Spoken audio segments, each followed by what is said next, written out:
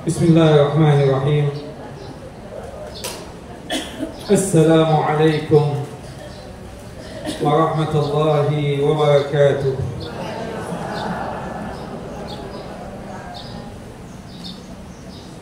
Alhamdulillah alladzi bi ni'matihi tatimmus shalihat.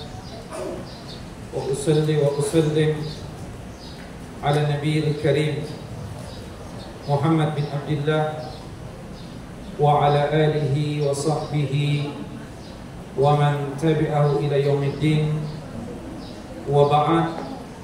Rabbi shrah li sadri wa yassir li amri wahlul 'uqdatam min lisani yafqahu qawli. Allahumma anfa'na bima 'allamtana wa 'allimna ma yanfa'una wa zidna 'ilma.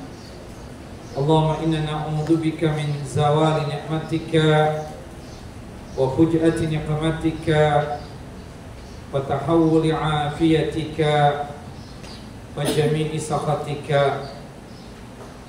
Allahumma inna na'udzu bika min jahdil bala wa darakis syaqa wa su'il qada wa syamatatil a'da.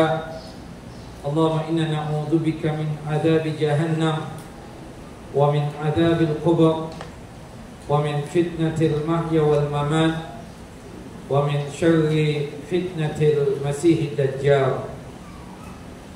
Ikhwani wa akhawati fid din, a'azani wa a'azakumullah.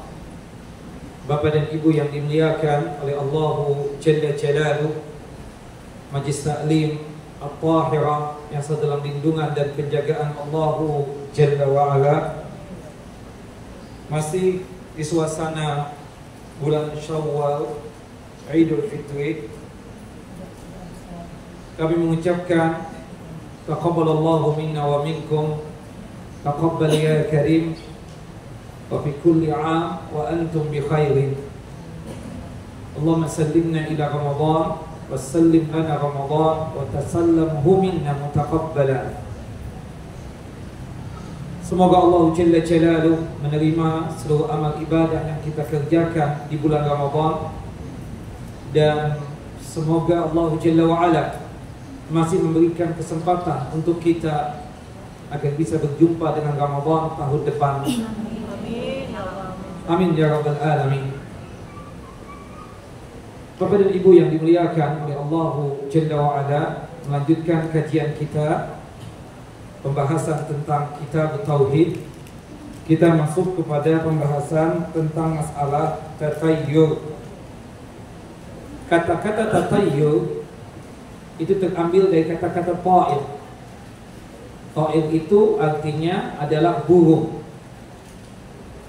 Ini tatayyur ini yang biasa kita kenal sebagai takhayyul atau khurafat, adalah mengait-ngaitkan kejelekan, kesialan dan keburukan dengan sesuatu yang dilihat, dengan sesuatu yang didengar, baik berupa angka-angka atau berupa hari atau berupa fenomena alam atau perbuatan atau kejadian tertentu yang sama sekali tidak ada kaitannya dengan kejelekan tersebut, tidak ada kaitannya dengan keburukan tersebut, baik dalam tinjauan syariat ataupun fakta di dunia nyata. Kata tatayyur tadi kan terambil dari kata-kata ta'ir. Ta'ir itu artinya apa? Burung. Penyakit tatayyur atau tiarah ini, menganggap sial akan sesuatu hal, itu penyakit sudah ada sejak zaman dulu. Orang-orang dulu itu kalau mau safar, mereka melepas seekor burung. Jika burung tersebut terbangnya ke sebelah kanan, kata mereka khairun khairun, nasib baik nasib baik, yuk kita safar. Tapi kalau burung itu terbangnya ke sebelah kiri, kata mereka syarrun syarrun, nasib jelek nasib jelek, kita tidak jadi safar. Subhanallah. Sahabat yang mulia Abdullah bin Abbas ketika itu bikin kajian atau di dalam kajian beliau, taklim beliau, tahu-tahu ada seekor burung yang melewati tempat kajian beliau sambil bersuara itu burung. Ada salah seorang murid beliau setengah berteriak mengatakan, khairun khairun, nasib baik nasib baik. Kata Abdullah bin Abbas, itu burung sekedar lewat, tidak ada kaitannya baik atau buruk. Subhanallah. Nah ini kita katakan yang berkaitan dengan masalah tatayyur. Wa tatayyur da'un qadimun. Tatayyur ini penyakit yang sudah lama, sudah ada di zaman-zaman sebelum Nabi Muhammad SAW bahkan. Di zaman Nabi Musa alaihissalam, ya, mereka juga apa? Bertatayyur. Maka tatayyur sekali lagi itu biasanya kita kaitkan di tempat kita ini dikenal dengan sebutan tahayyul atau khurafat, mengait-ngaitkan kejelekan, keburukan atau kesialan dengan sesuatu yang dilihat, didengar, baik berupa angka-angka. Contohnya di tempat kita, angka berapa yang tidak disukai? Angka 4, angka 13, ya. Makanya kalau kita ke mall yang besar itu naik lift, lantai, ya, lift 3A, 3B, kemudian langsung nomor 5, ya. Atau tidak mau rumahnya nomor 13, ya kan? Seperti itu. Dianggap sial. Ketika kita tanya, ibu punya anak berapa? Punya anak 5. Anak pertama namanya siapa? Anak yang kedua siapa? Anak yang ketiga siapa? Anak keempat siapa? Anak yang kelima siapa? Tidak pernah dia menyebut 3A, 3B. Itu kayak kelas waktu kita zaman sekolah dulu, ya, seperti itu. Nah, kelompok 3A, kelompok 3B, ya, kelas 3A, kelas 3B. Nah, ada yang mengaitkan dengan apa? Angka-angka. Makanya kita katakan, Bu, ini ada rumah yang mau dijual, bagus banget, ibu lihat dulu deh, dan harga miring banget. Kemudian ibu lihat tuh rumah, enggak ada Ustaz, rumahnya sih bagus, cuma angkanya Ustaz. Angka berapa, Bu? Angka 4, Sat, sial Sat, takutnya. Na'udzubillah min dzalik. Dan tatayyur ini apa? Syirik. Kata Nabi kita Muhammad sallallahu alaihi wasallam, at-tayyaratu syirkun. Orang yang menganggap sial akan sesuatu hal, kemudian kesialannya dikait-kaitkan dengan sesuatu yang dia lihat, atau yang dia kait-kaitkan dengan apa? Dengan sesuatu yang dia dengar, dengan fenomena alam dan seterusnya. Ini kesyirikan. Ini perbuatan apa? Dosa syirik. Nah, makanya ibu-ibu ketika diceritakan apa, misalnya mendengar sesuatu, kadang bilang apa? Omongan ibu-ibu yang zaman dulu nih, bukan ketika sudah masuk kajian MT Tahira. Ibu pasti bilang apa? Amit-amit ya Bang Bayi, amit-amit ya Bang Bayi. Seperti itu. Subhanallah. Iya enggak? Soal itu tatayyur itu. Iya kan? Itu apa? Tatayyur. Allahu akbar. Na'udzubillah min dzalik, ya. Subhanallah. Ya. Seharusnya kalau kita ada rasa was-was seperti itu, kita berdoa kepada Allah Jalla wa Ala. Doa yang diajarkan seperti ini, Allahumma la khaira illa khairuka, wa la tayru illa tayruka, wa la ilaha ghairuka. Ya Allah, tidak ada kebaikan kecuali kebaikan yang datang darimu, dan tidak ada keburukan kecuali keburukan yang datang darimu, dan tidak ada Tuhan yang pantas untuk disembah kecuali Allahu Jalla Jalal. Ada hadiah nggak hari ini? Nah, hafalkan itu. Nggak ada. Berarti bulan depan itu doa dihafalkan, ya. Subhanallah. Nah itu kita katakan kalau kita merasa was-was, ya, subhanallah, karena ada pengaruh di hati kadang sesuatu yang sudah menjadi hal yang dianggap biasa di kalangan masyarakat kita, sehingga membuat kita kadang mengatakan sebagaimana yang dikatakan oleh ibu-ibu zaman dulu itu, amit-amit jabang bayi, ya kan? Nah, seharusnya kita berubah doanya ya, seperti itu. Doa yang tadi yang dituntunkan dan diajarkan oleh Nabi kita Muhammad sallallahu alaihi wasallam. Nanti ada doa, ada dua doa ya, yang nanti insya Allah kita akan sebutkan satu persatu. Nanti kita akan ulangi lagi berkaitan tentang doa ini. Salah satunya juga disebutkan di dalam hadis yang lain, Allahumma la ya'ti bil hasanati illa anta wa la yadfa'u sayyiati illa anta wa la ilaha ghairuka. Ya Allah, tidak ada yang sanggup untuk mendatangkan kebaikan kecuali hanya Engkau ya Allah, dan tidak ada yang sanggup untuk mencegah mara bahaya kecuali Engkau ya Allah, dan tidak ada Tuhan yang pantas untuk disembah kecuali Engkau. Nah, Bapak dan Ibu yang dimuliakan oleh Allahu Jalla Jalaluh. Nah, kemudian asal muasal penanaman ini adalah kebiasaan orang-orang jahiliyah yang ketika hendak safar tadi biasanya apa? Melepas seekor burung. Jika ternyata burung tersebut terbang ke sebelah kanan, mereka mau melakukan safar karena dianggap nasib baik. Tapi kalau burung tersebut terbangnya ke sebelah kiri, mereka membatalkan safarnya. Karena safar bulan ini dianggap apa? Dianggap sial. Kenapa? Karena burung tersebut terbangnya kemana? Ke kiri. Nah, subhanallah. Ini ya, makanya tadi menganggap sesuatu sial dikait-kaitkan dengan sesuatu yang semua itu tidak ada kait apa?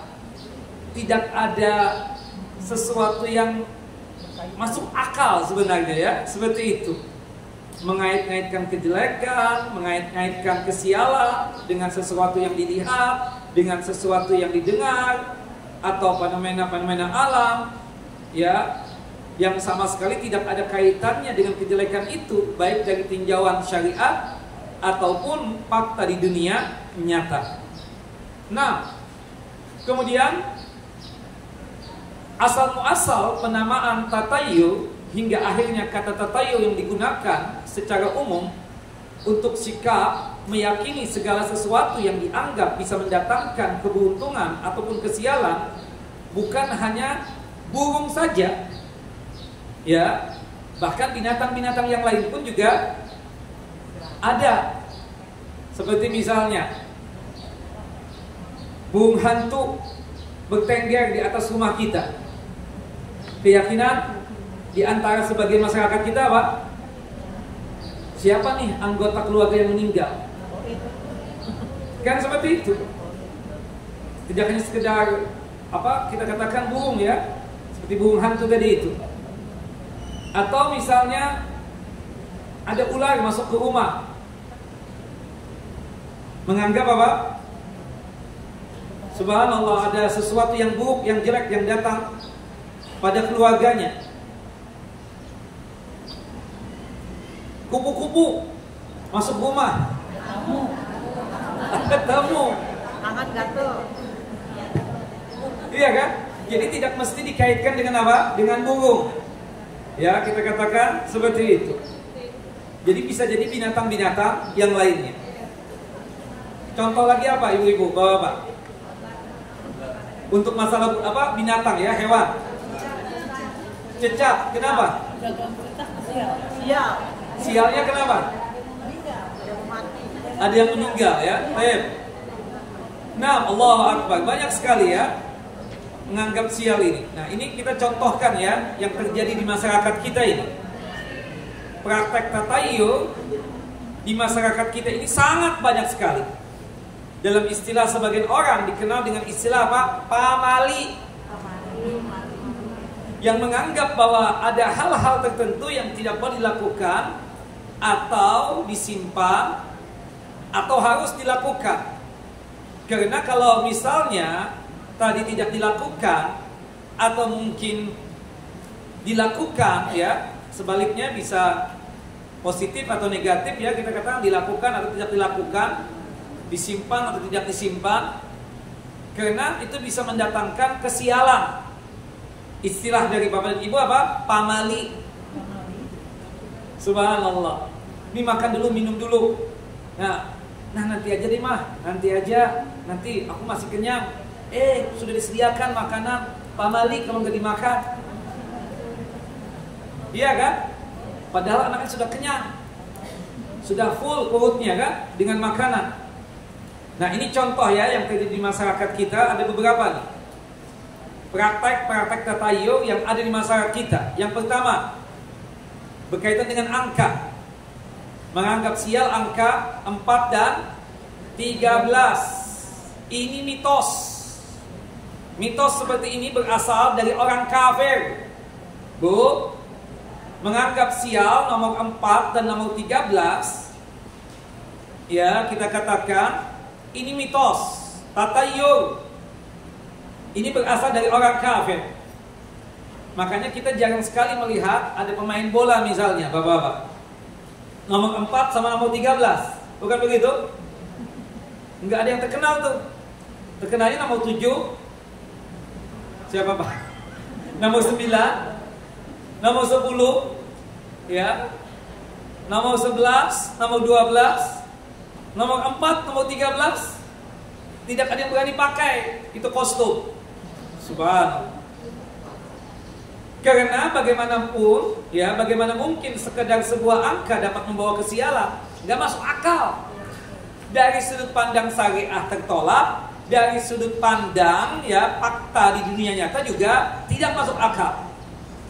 Oleh karenanya kita tidak mendapati, ya, misalnya ya, saya nggak tahu di kursi-kursi itu kendaraan apa misalnya, nomor 4 ada nggak? Masih ada ya? Kursi kereta ada. Kursi kereta ada? Pesawat? Ada. Ada juga ya? Zaman dulu kali ya yang nggak ada. Sekarang sudah berubah kali. Nah, kemudian di mana di bis? Ada ya? Subhanallah. Kemudian kalau kita lihat lagi, tadi contoh ya pemain bola sangat jarang. Saya bahkan nggak pernah menemukan itu. Bapak-bapak, tolong sebutkan siapa pemain bola yang nomor kostumnya itu 4 atau 13. Ada nggak Pak? Saya belum pernah menemukan. Tidak ada ya. Demikian juga kita katakan kalau kita naik lift, itu di apa? Di gedung-gedung besar itu, pencakar langit. Itu tidak ada nomor 4, tidak ada nomor 13. Nah, di gedung-gedung perkantoran juga, atau yang semacamnya, sejenisnya, itu meniadakan apa? Nomor 4 dan nomor 13. Subhanallah. Sehingga lantainya itu 3A, 3B, baru nomor 5. Atau 12A, 12B, baru nomor 14. Waliyadzubillah. Ini apa? Syirik. Namanya apa tadi? Tatayur. Namanya apa? Tatayur. Kemudian yang kedua, ini di masyarakat kita. Kita dapat info juga dari buku ini, tapi di daerah saya nggak ada yang seperti ini. Tapi mungkin ibu bisa nih, bisa komplain, bisa juga menyetujui. Menganggap sial bagi wanita hamil jika suaminya masuk dan keluar toilet dengan menggantungkan handuk di lehernya. Pernah dengar nggak? Ibu lagi hamil, tahu-tahu suaminya masuk ke toilet atau keluar dari toilet, itu handuknya digantungkan di lehernya. Ada sebagian masyarakat yang punya keyakinan seperti itu, khawatir itu anaknya nanti terlilit tali pusarnya. Waliyadzubillah. Nggak ada hubungannya itu ya. Tapi ada nggak yang punya keyakinan begitu, Ibu? Ada atau tidak? Di daerah saya nggak ada. Mungkin di tempat sebagian ibu-ibu ya, subhanallah, di daerah tertentu misalnya atau di kota tertentu ada yang punya keyakinan seperti itu. Nah, kemudian selanjutnya, ini juga ada di masyarakat kita ini. Ini lumayan banyak. Tatayun seperti ini. Meyakini bahwa jika seorang gadis perawan duduk di depan pintu, maka dia akan susah menikah. Jodoh. Zaman dulu banget nih ya. Iya, Ustaz. Zaman sekarang kayaknya nggak ada lagi. Malah ingin menunjukkan wajah di depan pintu. Subhanallah ya. Di beberapa daerah di negeri kita ada yang seperti itu, masih punya keyakinan yang demikian. Jadi kalau perawan duduk di depan pintu rumahnya, maka dia akan apa? Susah menikah. Jauh jodoh. Allahu Akbar, jauh dari jodohnya katanya. Baik, contoh yang keempat. Ini keyakinan terkait hujan gerimis saat matahari terik. Jadi ada matahari, sinarnya ada, tahu-tahu hujan, rintik-rintik. Pernah nggak dengar punya keyakinan seperti itu? Ini berkaitan dengan fenomena alam, diyakini sebagai pertanda apa? Bahwa ada apa? Setan-setan yang sedang melahirkan anaknya katanya. Cerita zaman dulu ini. Iya kan Pak? Ini cerita zaman dulu. Nah itu nggak tahu ya, ibu-ibu kok pakai cerita itu sama cucunya atau sama siapa anaknya. Ketika anaknya bertanya, "Ma, ini kenapa ya ada sinar matahari kok juga ada hujan rintik-rintik?" "Oh enggak, ini setan lagi melahirkan anaknya." Kayak dia tahu aja setan melahirkan. Nah keyakinan ini kita katakan subhanallah ada di sebagian daerah ya, di negeri kita ini. Nah tapi sebagian atau ada juga ya di sebagian daerah punya keyakinan yang berbeda. Ada matahari, ada sinar matahari, ada hujan rintik-rintik. Mereka punya keyakinan juga ada orang yang meninggal dunia. Seperti itu. Wallahu a'lam. Kemudian yang keempat. Yang kelima Ustaz. Kelima ya. Suara ayam kotak malam-malam. Kelima apa keempat sih? Kelima Ustaz. Yang keempat apa? Hujan gerimis. Sekarang yang kelima. Nah. Yang kelima. Ini berkaitan dengan burung gagak. Tahu burung gagak? Tahu. Subhanallah. Tuh ada sebagian dari masyarakat kita kalau ada burung gagak atau burung sirit ya. Ada burung namanya sirit. Itu berada di rumah kita atau di atap rumah kita. Mereka punya keyakinan ada dari anggota keluarga apa? Yang meninggal dunia. Ini tatayul. Burung gagak yang berkumpul dan terbang berputar-putar di langit diyakini sebagai pertanda bahwa akan ada kerabat yang akan meninggal dunia. Sebagian lainnya meyakini bahwa jika suara burung sirip, ya, apa ya burung sirip itu? Ancuing ya. Pernah dengar nggak?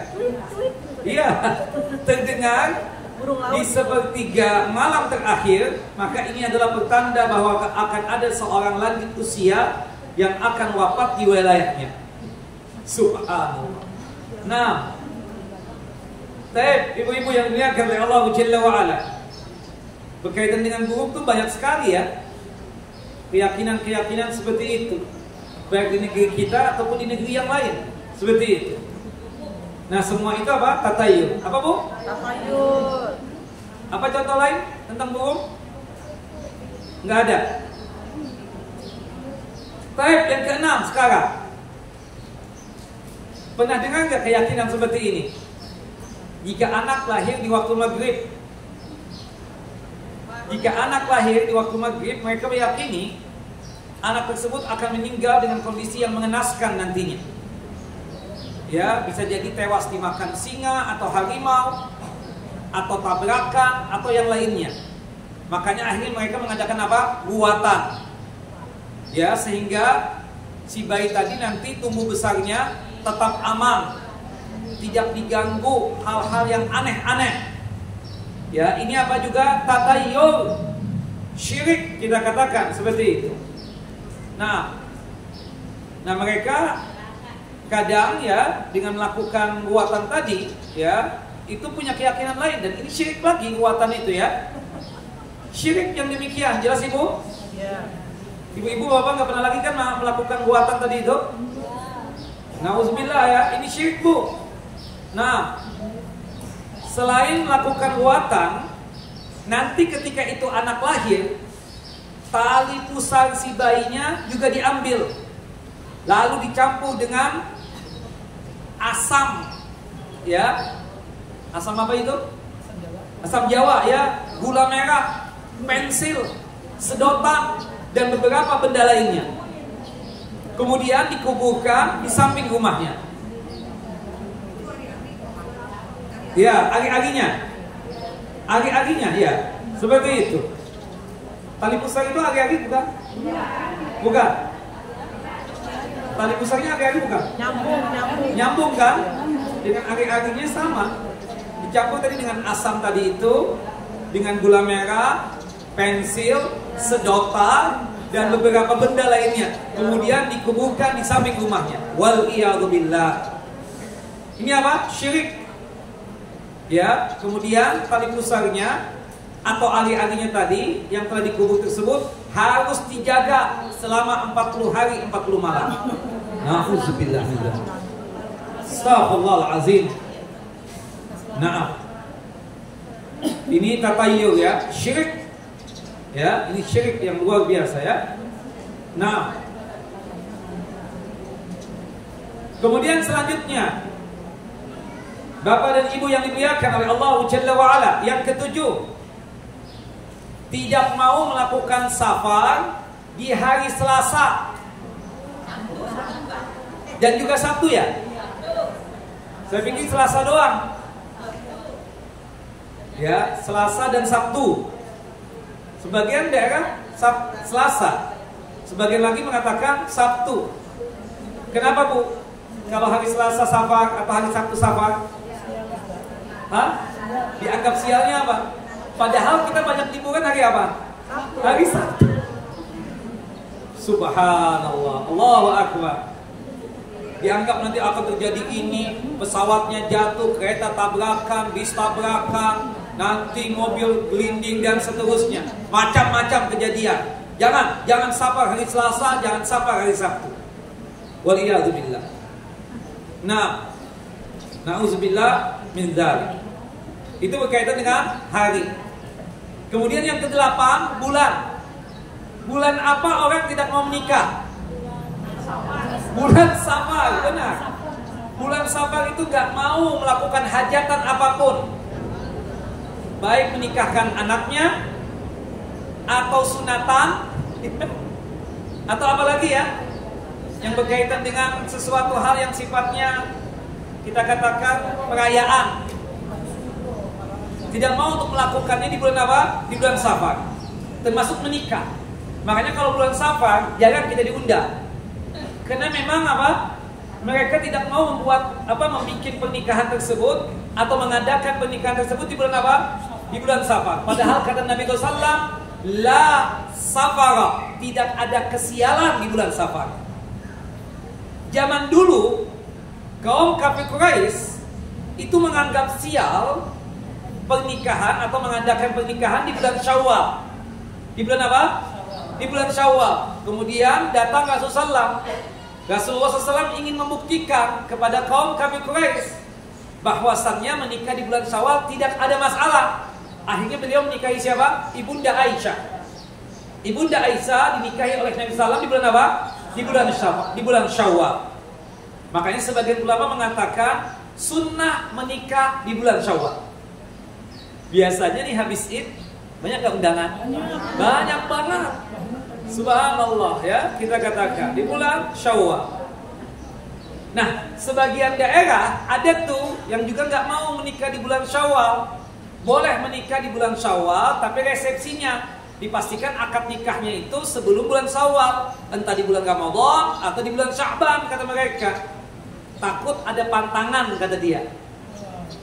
Subhanallah. Bahasa ibu-ibu tadi apa? Pamali tadi itu. Takut terjadi perceraian, takut terjadi ini, takut nanti ini dan seterusnya. Macam-macam sudah hayalannya. Nah itu dibantah dengan perbuatan Nabi dengan menikahi siapa? Ibunda Aisyah radhiyallahu anha. Tidak mengapa ibu-ibu menikahkan putrinya di bulan Syawal. Bapak-bapak, gak masalah. Bapak menikah lagi di bulan Syawal. Bercanda ibu-ibu, bercanda. Nah, taib. Ya, itu bulan apa? Bulan Safar, bulan Syawal. Bulan Safar itu yang paling ditakutkan oleh sebagian manusia. Jadi untuk melakukan perjanjian saja berkaitan dengan perusahaannya, dia tidak mau untuk membuatnya apa? Di bulan apa? Di bulan Safar. Termasuk melakukan perjalanan jauh, termasuk mengadakan perkawinan sekalipun tidak mau di bulan Safar. Makanya Rasul mengatakan apa? La safara, tidak ada sial di bulan Safar itu. Subhanallah, di sebagian daerah kalau di bulan Safar mereka tersebut tidak mau untuk makan di restoran atau di warung-warung, takut sial kata dia. Karena bulan Safar itu bulan penabur apa? Penabur racun. Waliyazubillah. Diwati-wati, waktu saya masih kecil masih ingat itu. Ya, ada orang-orang tua itu yang ngomong seperti itu. Jangan makan di warung, jangan minum di warung ya. Hati-hati ini bulan Safar. Waliyazubillah. Tapi itu semua apa? Tatayur. Nggak ada masalah. Seperti itu ya. Allahu Akbar. Selama makanannya halal, minumannya halal, restorannya bersih, kita katakan higienis dan seterusnya, akan di situ tidak mengapa yang demikian. Wallahu a'lam bishawab. Baik. Sudah yang keberapa? 8. Ke-8. Sekarang ke-9 ya masuk. Nah, saya nggak tahu ini. Saya cuma dapat dari beberapa kitab ya. Tapi saya nggak pernah dengar ada satu daerah punya keyakinan seperti ini. Perawan tidak boleh memakan sayap ayam, benar nggak? Apa keyakinannya? Pernah dengar nggak? Sebagian daerah, subhanallah, berkeyakinan bahwa jika ada anak gadis perawan yang memakan bagian sayap ayam, maka suatu saat suami perempuan tersebut akan membawanya pergi dari tempat tinggal asalnya. Kayak ibu-ibu kan? Ibu-ibu semua kebanyakan makan sayap ayam.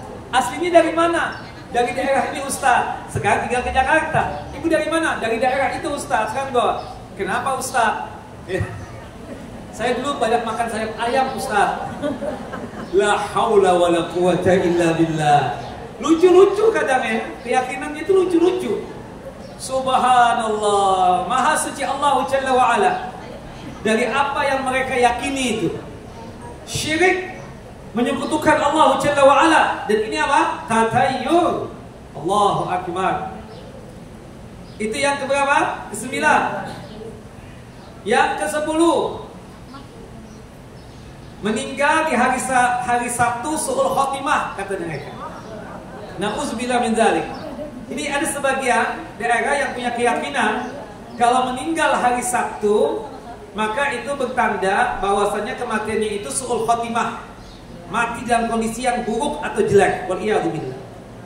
Nah, sebagian daerah menganggap bahwa orang yang meninggal di hari Sabtu adalah pertanda bahwa kematiannya juga akan mengenai orang lain. Bisa jadi kerabatnya atau tetangganya. Jadi dia punya keyakinan nih, kalau misalnya abahnya meninggal hari Sabtu, berarti jangan-jangan dia juga meninggal hari Sabtu, atau meninggal setelah itu, atau meninggal setelah itu. Ini keyakinan yang na'udzubillah ya. Masalah kematian itu yang hanya tahu siapa? Allah Jalla wa Ala. Itu masalah yang gaib. Masalah yang gaib, kita tidak tahu kapan kita itu diwafatkan dan dimangkatkan oleh Allah Jalla wa Ala.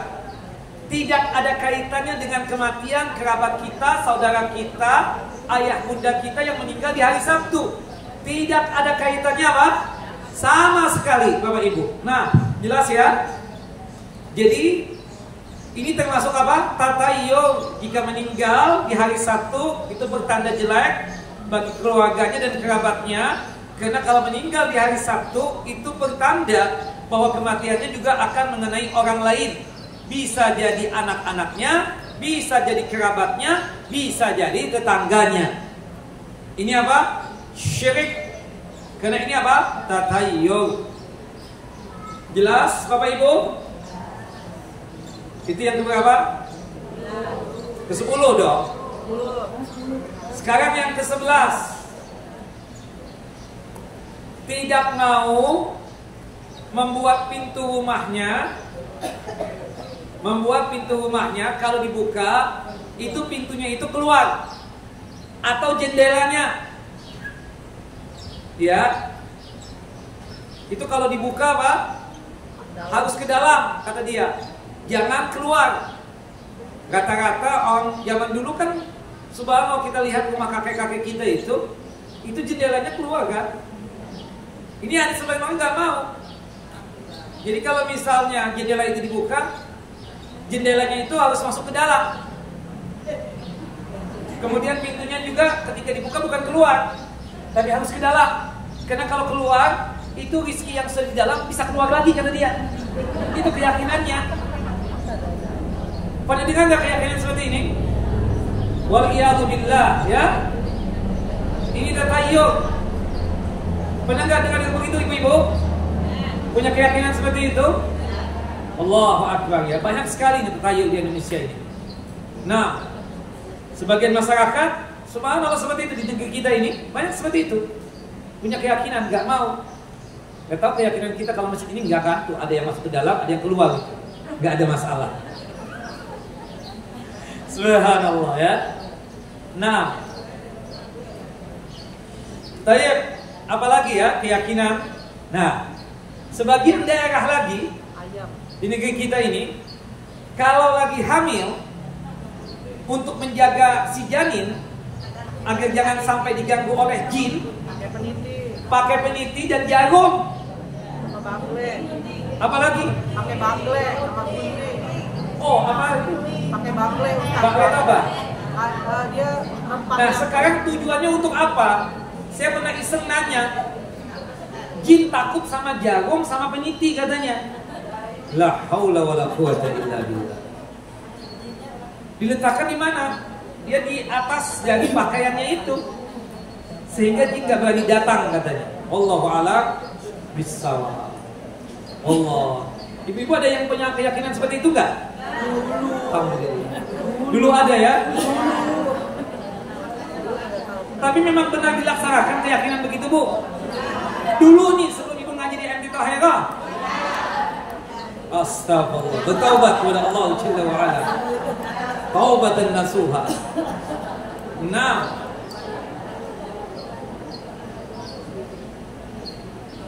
kemudian yang keberapa? 13. Ya. Ada sebagian yang punya keyakinan begini, tidak boleh mencium tangan anak kecil. Kenapa? Karena kalau mencium tangan anak kecil tersebut akan menjadikan anak tersebut nanti jadi tukang minta-minta, jadi pengemis ketika dia sudah dewasa. Karenanya jika ingin mencium anak kecil, mereka menganjurkan untuk menciumnya pada bagian tubuh saja, jangan di tangannya. Seperti mencium anak kecil, bayi kita di pipinya, di jidatnya, atau di tubuhnya yang lain, atau di kepalanya. Subhanallah. Ada yang punya keyakinan begini, Bu? Ibu banyak, ibu punya keyakinan begini juga? Subhanallah. Kita nggak tahu nasib anak kita, Bu. Jangan-jangan dia lebih kaya daripada kita. Iya kan? Seperti itu. Nah, nggak ada keyakinan di tangan ini apa, begini dan seterusnya. Nggak ada. Subhanallah, nggak ada keyakinan apa-apa. Allahu Akbar. Nah, termasuk juga ini nauzubillah ya, keyakinan juga. Kita kan posisi ustadz ini dienakkan kadang, sehingga membuat orang itu kadang selamat tidak hanya sekedar cipika-cipiki, kadang cium tangan bolak-balik. bahkan sampai mencium kaki. Ini sudah kelewatan. Nggak boleh, Bu. Pertama, ibu nggak boleh salaman dengan saya. Kenapa? Bukan mahram ibu. Haram. Ya, kita beda jenis kelamin. Saya bukan anak ibu, saya bukan mantu ibu, saya bukan keponakan ibu, saya bukan cucu ibu, saya bukan cicitnya ibu. Jelas ya? Haram untuk salaman itu. Nah, cuma mereka ada keyakinan kalau murid tidak salaman hatta lawan jenis, itu kualat nanti ujung-ujungnya. Na'udzubillah min dzalik. Makanya ditakut-takutin itu kadang. Padahal nggak ada masalah. Kadang subhanallah ya, kalau lewat di samping lewat di ustadz itu harus tunduk, bahkan sedikit ngesot. Padahal kita lebih muda daripada ibu-ibu ini. Ibu kan lebih tua daripada saya. Ngapain ibu pakai tunduk-tunduk ke saya? Haram, Bu, nggak boleh. Biasa aja. Biasa saja. Kebetulan takdirnya saya lebih muda daripada ibu. Jelas ya?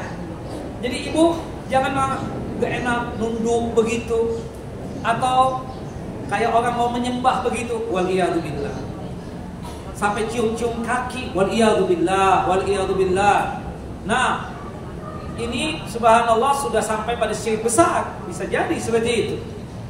Hati-hati ya. Demikian. Wallahu a'lam bissawab.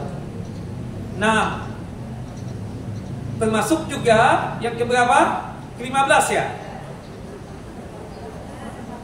14. Kalau nyapu nggak bersih. Ini kan tatayu juga, nyapu nggak bersih, maka dapat suaminya apa? Ya, suaminya kan menjalankan sunnah, makanya jenggotan, bewokan. La haula wala quwata illa billah. Ibu-ibu kata-kata nyapu bersih apa nggak bersih, Bu? Tapi suaminya tetap bewokan nggak? Dia kan jenggotan, karena menjalankan sunnah Nabi Sallallahu Alaihi Wasallam. La haula wala quwata illa billah. Ada aja keyakinan yang seperti itu ya. Macam-macam. Tapi ibu-ibu yang dimuliakan oleh Allah Jalla wa Ala, itu 15 ya. Dan banyak lagi yang lainnya. Mungkin ada di sebagian kita yang punya informasi berkaitan tentang masalah apa? Tatayul. Tapi ibu-ibu dulu, semua bapak. Selain 15 itu ada nggak yang punya keyakinan? Ada Ustaz yang aneh-aneh mungkin dengar. Ayam. Ibu apa? Ayam. Ayam kenapa? Ayam itu kalau berkokok. Sebentar.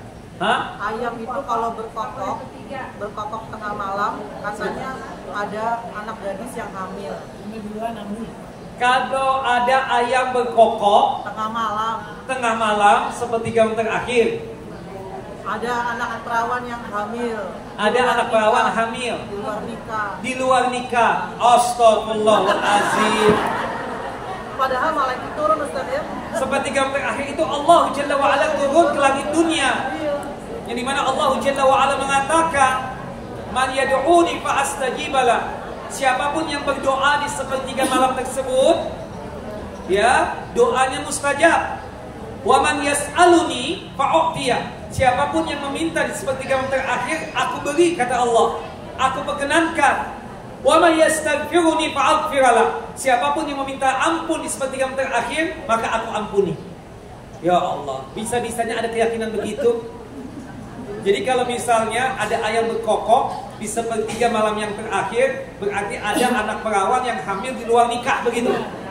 La haula wala quwata illa billah. Su'udzon. Nah kemudian ya, yang ke-17 sekarang, foto bertiga. Subhanallah. Kalau foto bertiga, salah seorang ada yang meninggal nanti. Na'udzubillah min dzalik. Yang di tengah apa di samping? Enggak. Maka harus berempat atau berdua, enggak boleh bertiga katanya. Waliyadzubillah. Ini pun juga apa? Tatayul, menganggap sial akan sesuatu hal. Taib dari bapak-bapak, ada informasi tentang tatayul? Tidak ada, ibu yang kaya banyak ini. Ya, ibu apa, Bu?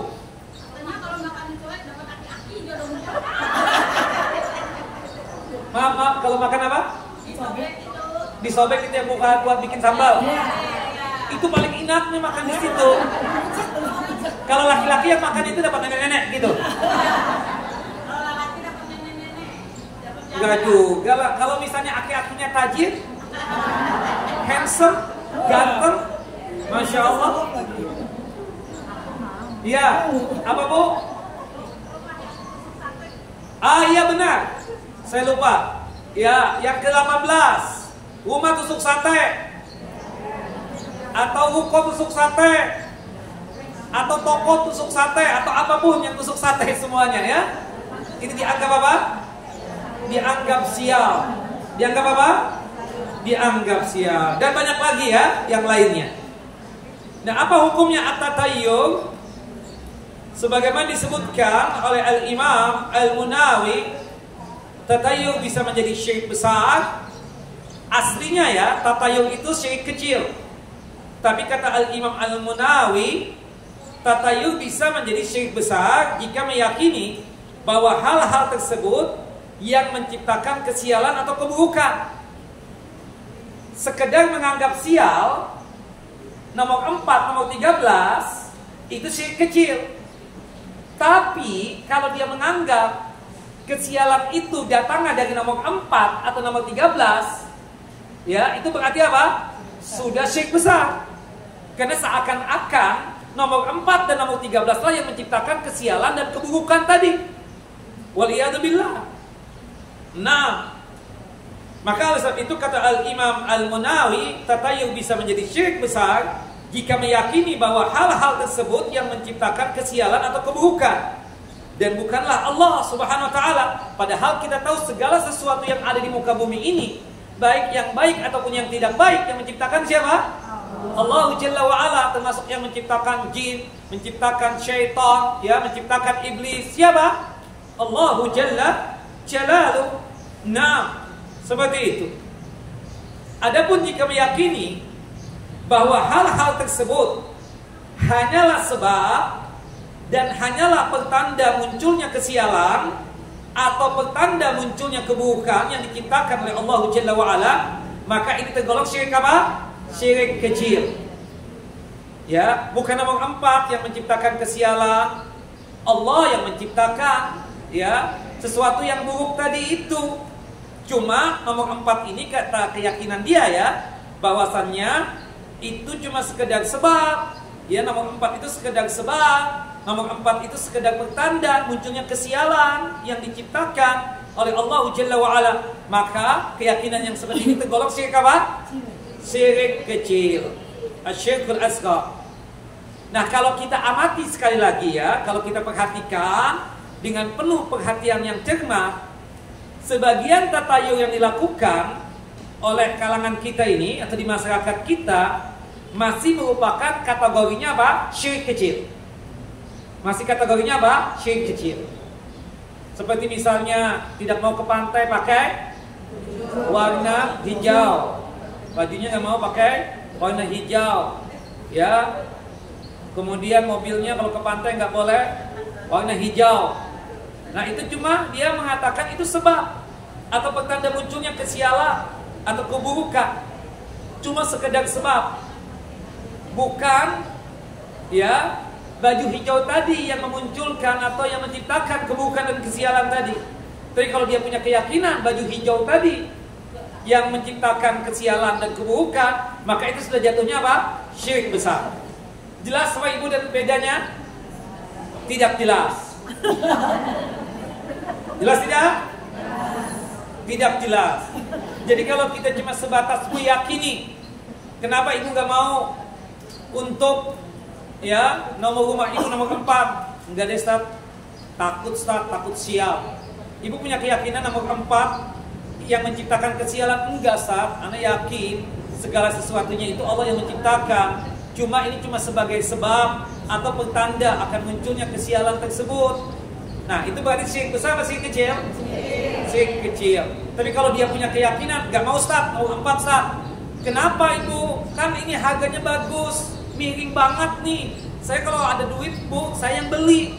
Ibu kan ada pulusnya Ibu kayak tisu, beli deh. Nanti saya beli lagi, nyicil sama Ibu. Enggak deh Ustaz, Ini nomor 4 menciptakan kesialan. Berarti itu syirik apa? Sah. Wallahu a'lam bissawab.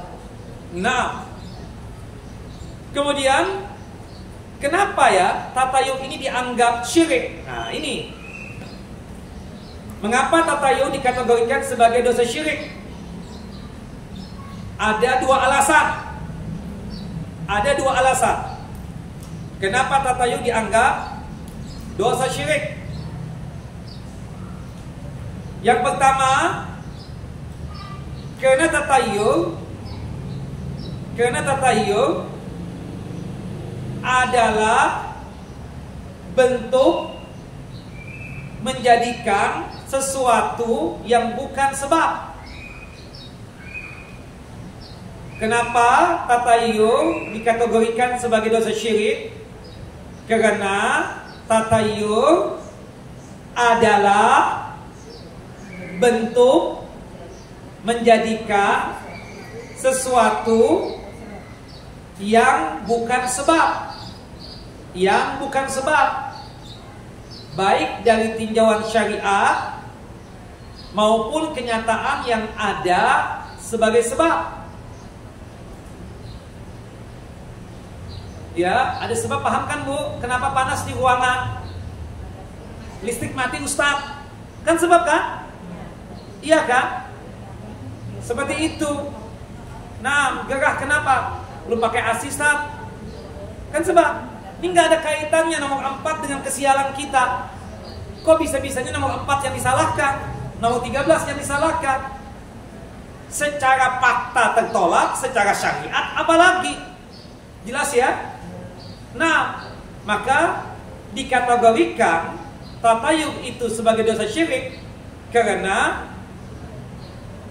tatayuh adalah bentuk menjadikan sesuatu yang bukan sebab. Itu bentuk tatayuh itu yang dia yakini adalah bentuk menjadikan sesuatu yang bukan sebab, baik dari tinjauan syariat maupun fakta dan kenyataan yang ada. Nah,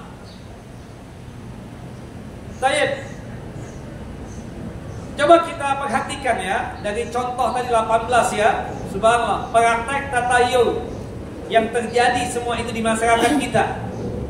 Sebagaimana yang telah kita paparkan tadi secara kupas tuntas. Pertanyaan saya, Bapak Ibu, apakah ada hubungannya antara hal-hal tersebut dengan keyakinan yang terkait dengannya? Seperti misalnya suami ibu ya handuknya dililitkan di lehernya dengan janin yang terlilit tali pusarnya dan seterusnya. Ada hubungannya? Nggak ada hubungannya. Cara medis juga jauh. Apa hubungannya? Jauh banget itu. Seperti misalnya maaf tadi, ya, berkaitan dengan keyakinan.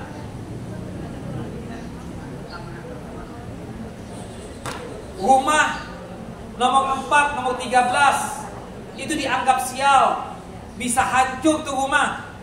Dari mana punya keyakinan begitu? Nggak ada hubungannya bukan? Tidak ada hubungannya sama sekali. Allahu Akbar. Nah, maka oleh sebab itu kita katakan, kalau kita melihat contoh-contoh tadi, orang yang punya keyakinan tatayuh ini punya keyakinan menjadikan sesuatu yang bukan sebab, baik dari tinjauan syariat maupun keyakinan yang ada sebagai sebab. Nah, itu yang pertama. Alasan yang kedua, kenapa tatayuh dikategorikan sebagai dosa syirik? Karena tatayuh itu menafikan sikap tawakalnya kita kepada Allah. Kenapa dosa tatayuh itu dianggap dosa syirik? Karena tatayuh menafikan dan meniadakan sikap tawakalnya kita kepada Allah Jalla wa'ala. Tatkala seseorang memiliki sikap atau keyakinan tatayuh, tentu ia tidak bertawakal kepada Allah. Sebagaimana halnya orang-orang ya zaman jahiliyah, setiap kali hendak berpergian dia menerbangkan apa? Melepaskan apa? Burung. Kok bertawakalnya kepada burung? Bahaya banget itu. Bisa jatuh ke dalam syirik besar. Nah, lepas seekor burung terbang ke sebelah kanan, baik, yuk kita sapa. Tapi kalau burungnya terbang ke sebelah kiri, sial nih, gak jadi sapa. Berarti mereka apa? Menafikan dan meniadakan tawakalnya mereka kepada siapa? Kepada Allah Jalla wa'ala. Makanya kita kan sebagai wujud hamba Allah Jalla wa'ala yang selalu beribadah kepada Allah dan selalu menggantungkan nasib kepada Allah Jalla wa'ala, maka kita tawakalkan segala urusan kita hanya kepada siapa? Kepada Allah. Dan itu kita buktikan setiap kali kita keluar rumah baca doanya apa?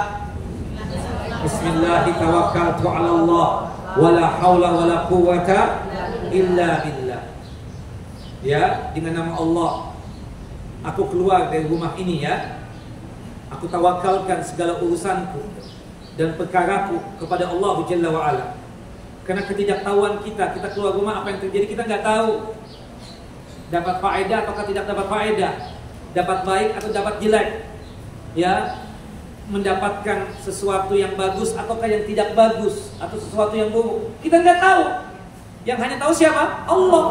Tapi kita punya keyakinan Allah Tuhan kita, Allah yang mendatangkan kebaikan, Allah juga yang mencegah dan menahan, ya, malapetaka dan mara bahaya. Kita punya keyakinan seperti itu saja. Makanya kita beranikan keluar rumah sambil mentawakalkan segala urusan kita kepada Allah Jalla wa'ala. Makanya ketika kita membaca itu doa, pada saat kita keluar rumah, apa yang kita dapatkan? Bismillahirrahmanirrahim. Wala haula wala quwwata illa billah. 4 hal. Sebagaimana disebutkan dalam hadis Anas bin Malik radhiyallahu anhu, hadis yang dikeluarkan oleh Al-Imam At-Tirmidzi. Yang pertama, hudita. Allah Jalla wa'ala memberikan petunjuk dan bimbingannya kepada kita. Diarahkan kita kepada hal-hal yang baik. Yang kedua, wakufita. Allah Jalla Jalaluh mencukupkan segala rizki dan nikmat kita. Apapun kebutuhan kita, apapun hajat kita, dengan kita membaca doa itu tadi, Allah Jalla wa'ala akan memenuhinya. Memenuhi segala kebutuhan dan hajat kita. Dengan kita membaca itu doa, wawukita, Allah Jalla wa'ala menjaga kita dari berbagai macam keburukan dan kejelekan. Yang keempat, dengan kita membaca itu doa, setiap kali kita keluar rumah, Bismillahirrahmanirrahim, wala haula wala quwwata illa billah, wa tanaha anhu syaitan. Syaitan menjauh daripada diri kita. Subhanallah. Nah, dan kita di setiap zikir pagi, zikir petang, ada yang kita baca tuh berkaitan dengan tawakal juga. Kita ingin urusan kita Allah yang mengurusinya. Apa itu? No, itu Sayyidul Istighfar, bukan itu. Ya Hayyu ya Qayyum. Ya Hayyu ya Qayyum, bi rahmatika astaghits, aslih li sya'ni kullah, wa la takilni ila nafsi tulfata 'ain. Subhanallah. Wala takilni ila nafsi tulfata 'ain. Ya Allah, Zat yang maha hidup, Zat yang maha berdiri sendiri.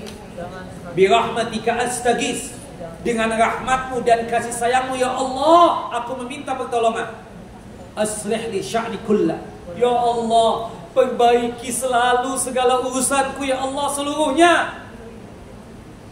Ya, wala takilni ila nafsi turfata 'ain, ya Allah jangan serahkan urusanku dan perkaraku kepadaku untuk aku urusi meskipun sekejap mata. Aku ingin urusanku dan perkaraku Engkau ya Allah yang mengurusinya. Subhanallah. Itu doanya kita. Yang ibu-ibu belum baca itu pagi. Belum baca kan? 5 orang. Nah, seperti itu. Ya Hayyu ya Qayyum, bi rahmatika astaghits, aslih li sya'ni kullah, wa la takilni ila nafsi tarfata 'ain. Nah, baik ibu-ibu yang dimuliakan oleh Allah Jalla wa'ala, 2 alasan ini yang menjadikan dosa tayyub dikategorikan sebagai dosa apa? Syirik.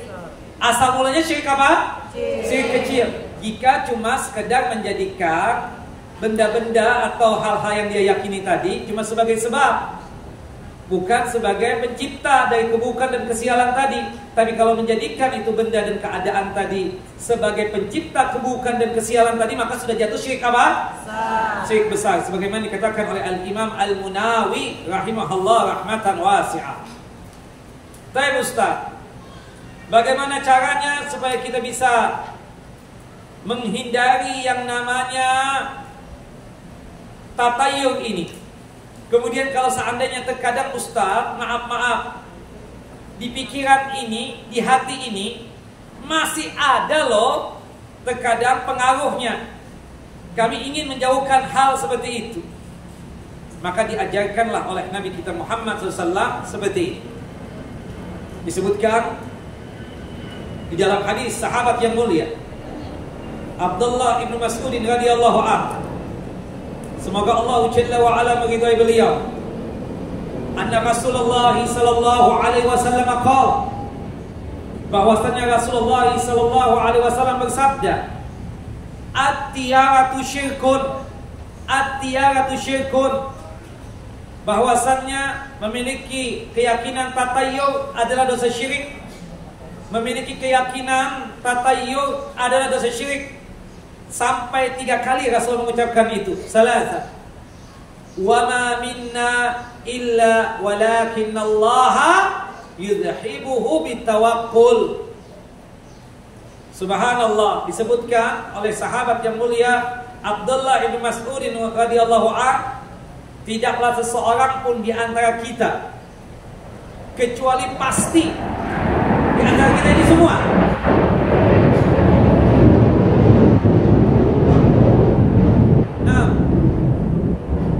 kata sahabat yang mulia Abdullah bin Mas'ud, wa ma minna illa walakinallaha yudhibuhu bitawakkul. Tidaklah seseorang pun di antara kita kecuali pasti pernah terbesit tatayur di dalam pikirannya dan hatinya. Ibu, dulu nih, sekarang juga masih ada kayaknya. Kadang kalau dulu kan mah diungkapkan dengan lisan dia, amit-amit jabang bayi, amit-amit jabang bayi, sambil mukul-mukul kepala ya dengan telapak tangannya menggenggam, amit-amit, amit-amit jabang bayi, amit. Zaman dulu itu, subhanallah, atau yang amit. Itu di antara kita ini Bapak dan Ibu pernah tuh terbesit seperti itu. Bahkan sebelum kita mengaji seperti ini, mungkin dia mempraktekkan begitu, benar, amit-amit jabang bayi, amit-amit jabang bayi. Subhanallah. Nah sekarang kita sudah mengaji, tapi pikiran-pikiran gangguan tentang masalah tatayur itu masih ada terkadang. Maka bagaimana cara menghilangkannya? Kata sahabat yang mulia Abdullah bin Mas'ud, dengan cara bertawakal kepada Allah Jalla Jalaluhu. Tawakalkan kepada Allah Jalla wa Ala. Bismillah tawakkaltu ala Allah, wala haula wala quwata illa billah. Jadi Bapak dan Ibu, yang pertama, cara untuk menghilangkan penyakit tatayur dengan cara apa? Tawakal kepada Allah Jalla wa Ala. Segerakan nasib kita dan perkara kita hanya kepada siapa? Kepada Allah. Insya Allah kalau kita kuat tawakalnya, maka hilang penyakit tatayur yang ada dalam kalbu kita dan pikiran kita. Nah, Ustadz, bagaimana kalau itu masih terbesit di pikiran kita? Apa yang harus saya lakukan? Nah, disabdakan di dalam hadis yang sahih, hadis yang dikeluarkan oleh Al-Imam Ahmad rahimahullah rahmatan wasi'ah di dalam kitab musnadnya, dari hadis sahabat yang mulia Abdullah bin Amr bin As, anna Rasulullah sallallahu alaihi wasallam qala, bahwasanya Rasulullah sallallahu alaihi wasallam bersabda, man raddathu at-tiyaratu min hajatin faqad asyrak. Barang siapa yang mengurungkan niatnya untuk melakukan sesuatu lantaran tatayur, Bu, Selasa ya jalannya, safarnya jadi Ustadz, tahu-tahu subhanallah ketika mau berangkat Ustadz nggak jadi Ustadz. Kenapa? Hari Selasa Ustadz, besok aja deh. Berarti ibu sudah punya penyakit apa? Tatayur, dan itu syirik. Ibu jatuh ke dalam kesyirikan. Kemudian para sahabat bertanya, ya Rasulullah, ya Nabi Allah, Lalu apakah yang dapat menghapuskan dosa tersebut? Seandainya terbesit seperti itu, kami niatan mau safar, kadar Allah takdirnya, gara-gara muncul lagi penyakit tatayur ini dalam diri ini, dalam pikiran ini, dalam hati ini, subhanallah, mengakibatkan kami batalkan itu safar. Akhirnya kami undur sampai hari Rabu atau hari Kamis. Nah, bagaimana supaya langsung hilang ya Rasulullah dan terhapuskan dosa kami tadi itu? Karena kami sudah jatuh ke dalam dosa apa? Tatayur. Faqala Rasulullah menjawab, bacalah doa berikut ini.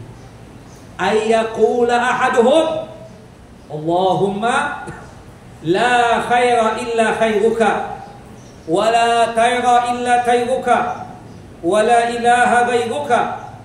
Ya Allah, tidak ada kebaikan kecuali kebaikan yang datang darimu ya Allah, dan tidak ada keburukan kecuali keburukan yang datang darimu ya Allah, dan tidak ada Tuhan yang berhak untuk disembah kecuali Engkau ya Allah.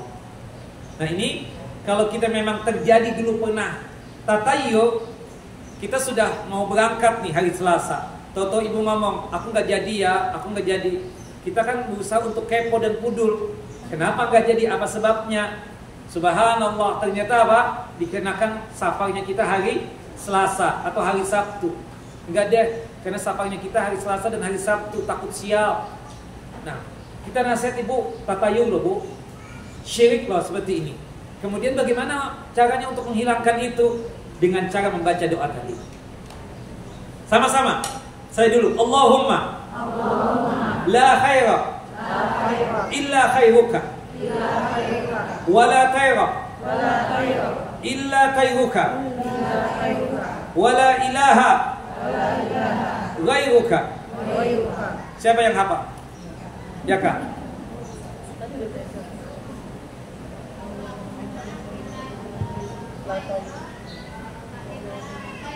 Allahumma la khaira illa khairuka,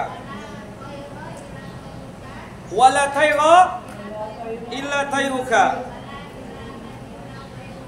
Nah, Allahumma la khaira illa khairuka, wa la tayra illa tayruka, wa la ilaha ghairuka. Ada hadiahnya? Ada Ustaz. Baik. Nah, atau doa yang kedua Yang ada di buku Ustaz ya? nggak ada di buku. Ada di belakang. Nggak ada ya di situ ya? Ada Ustaz, yang di halaman 105 kalau Ya ada, 105 ya. Ya Ustaz. Oke ya, ada ya. Yang ini bukan Allahumma la ya'ti bil Allahumma. la ya'ti Ah, itu ada lagi. Allahumma la ya'ti bil hasanat illa anta wa la yadfa'u sayyi'at illa anta wa la ilaha ghairuka. Coba baca. Kalau di buku ini konteksnya Allahumma la ya'ti bil hasanati illa anta wa la yadfa'u sayyi'ati illa anta. Sahih. Wala haula wala quwata illa bika. Wala haula wala quwata illa bika. Nah, sahih juga. Wala haula wala quwata illa bika. Sama-sama. Allahumma la ya'ti bil hasanati illa anta wa la yadfa'u bis sayyi'ati illa anta wa la haula wa la quwwata illa bika. Nah, siapa yang hafal? Ya Kak, yang keras, berdiri Yang mana? supaya kedengaran. Yang mana? Itu belakang.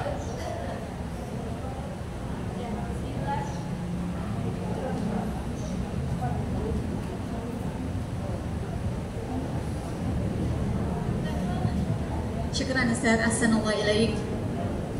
Allahumma la ya'ti bil hasanati illa anta wa la yadfa'u bis sayyiati illa anta wa la hawla wa la quwwata illa bik. Nah, sahih. Syukran. Jazakallahu khairan. Barakallahu fiik. Baik, ada dua doa ya. Itu untuk menghilangkan terkadang ada di pikiran kita sifat tatayur, dan bahkan kita menjalankan itu untuk menghapuskan dosa hati dengan cara apa? Membaca dua doa tadi itu. Pilih salah satunya yang kita hafal. Jelas Bapak Ibu? Terkadang tatayul terbetik dalam qalbu dan hati seorang hamba.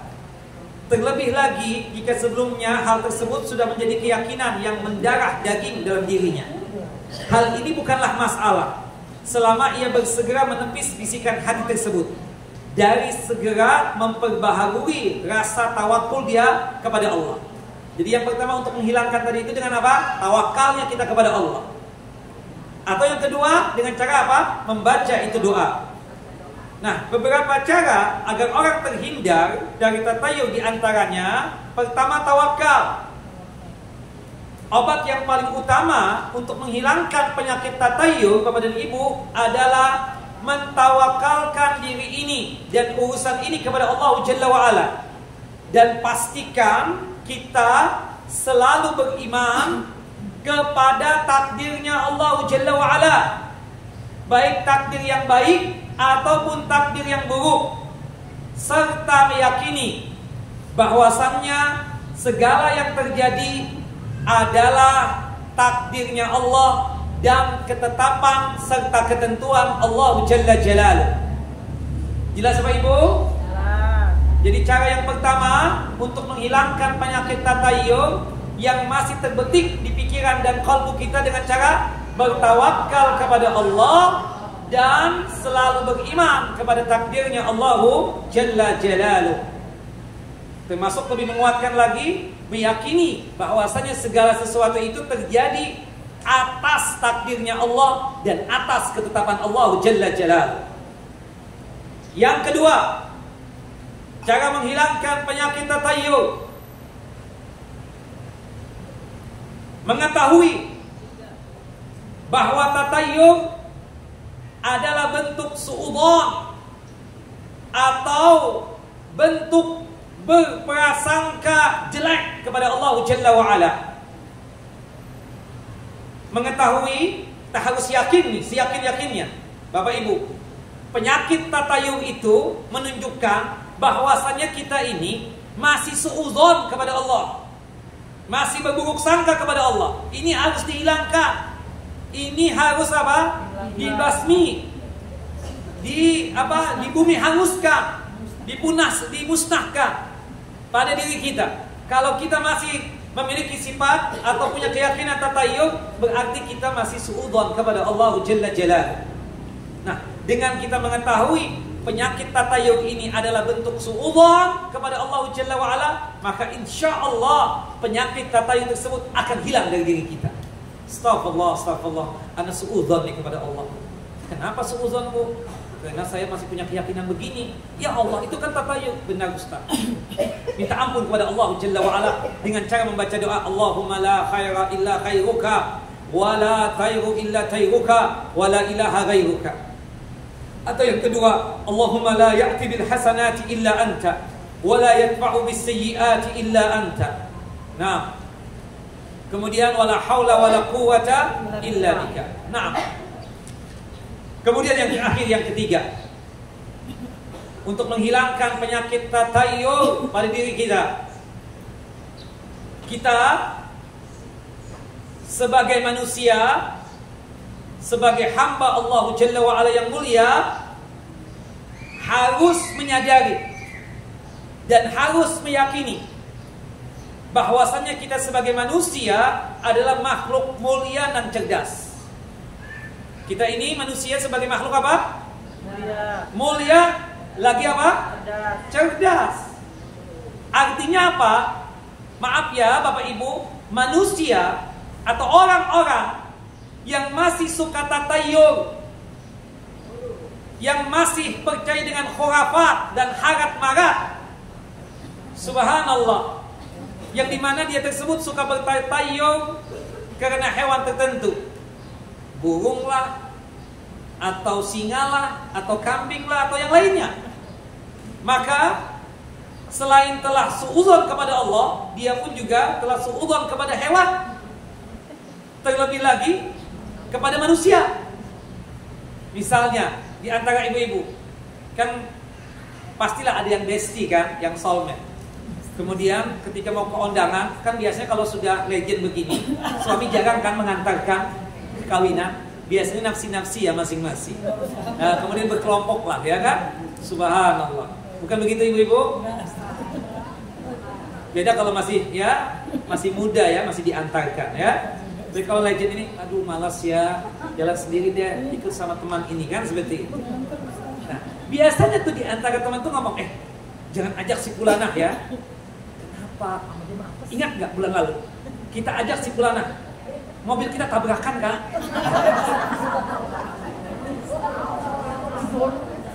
Iya nggak? Astagfirullahaladzim. Nah, subhanallah. Ingat nggak? 3 bulan yang lalu kita ajak juga si Fulanah. Kita datang ke tempat kawinan, makanan habis, ingat nggak?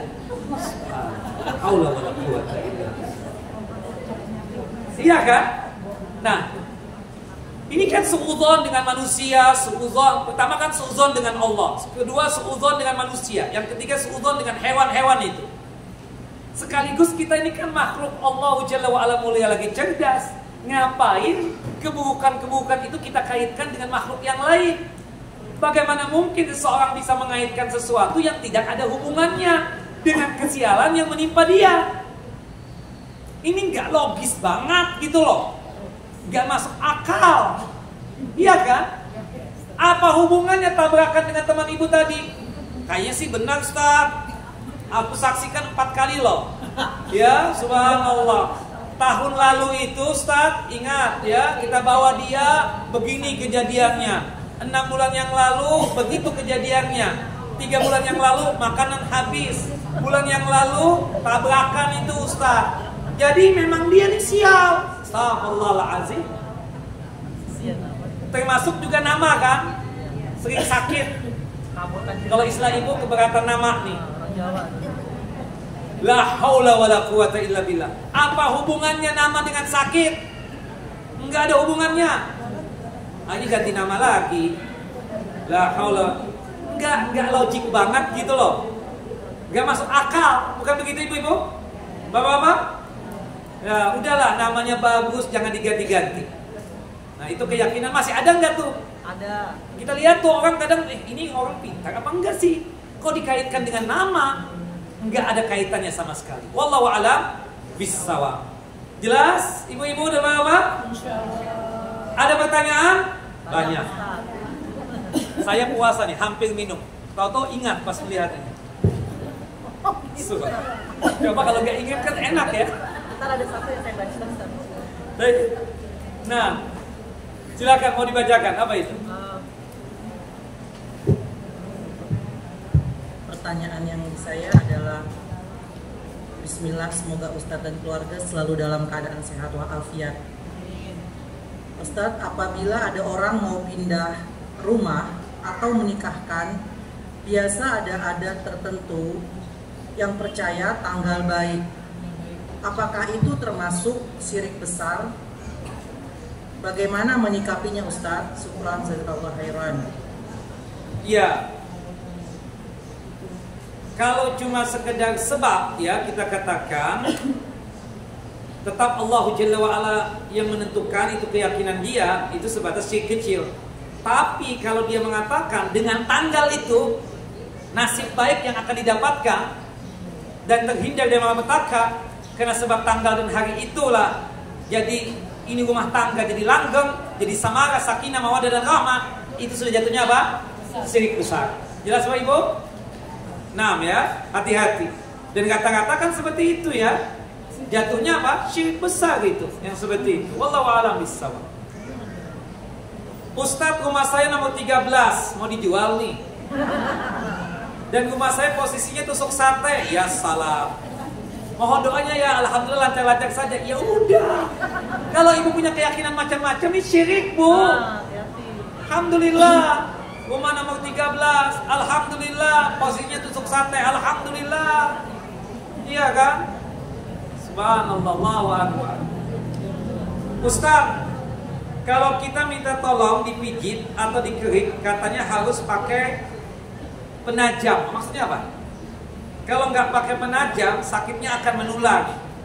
Penajam apa? Ada alatnya Kayak koin gitu ya? Alam. Imbalan. Ini yang ingin minta imbalan aja. Nggak ada hubungannya. Kalau anaknya misalnya yang mengerikan misalnya, atau suaminya mau minta imbalan juga. Riba. Bukan riba, enggak. Maksudnya, ya masa suaminya, ya Allah dikasih berapa sih, banyakkan duit suaminya kali daripada istrinya. Kan seperti, nah itu kan syirik nggak? Tatayur nggak? Tatayur seperti itu. Wallahu a'lam bishawab. Jadi penajam itu maksudnya imbalan. Enggak lah. Ya kita kalau tukang pijit misalnya kita kasih ongkos, ya itu karena dia memijit kita kan. Ya seperti itu, nggak ada masalah. Bukan karena keyakinan tadi penyakitnya akan kemana-mana, nggak ada yang seperti itu. Malah sembuh kan. Seperti itu.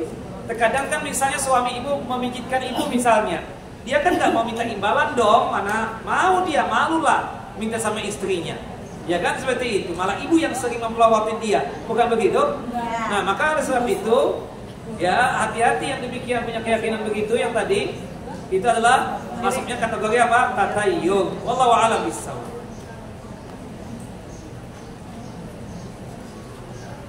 Ustadz, jika kita mempunyai alat terapi yang menggunakan listrik, namun ada batunya di atas tempat tidurnya, apakah ini termasuk syirik?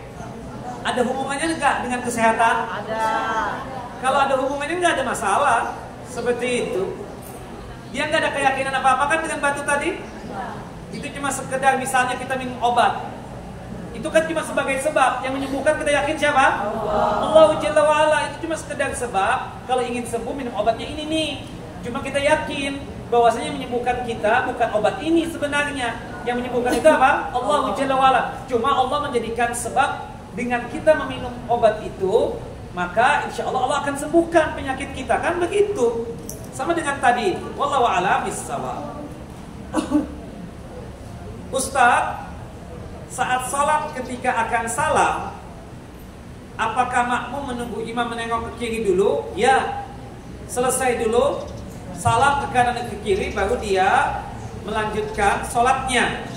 Dikenakan dia masbuk.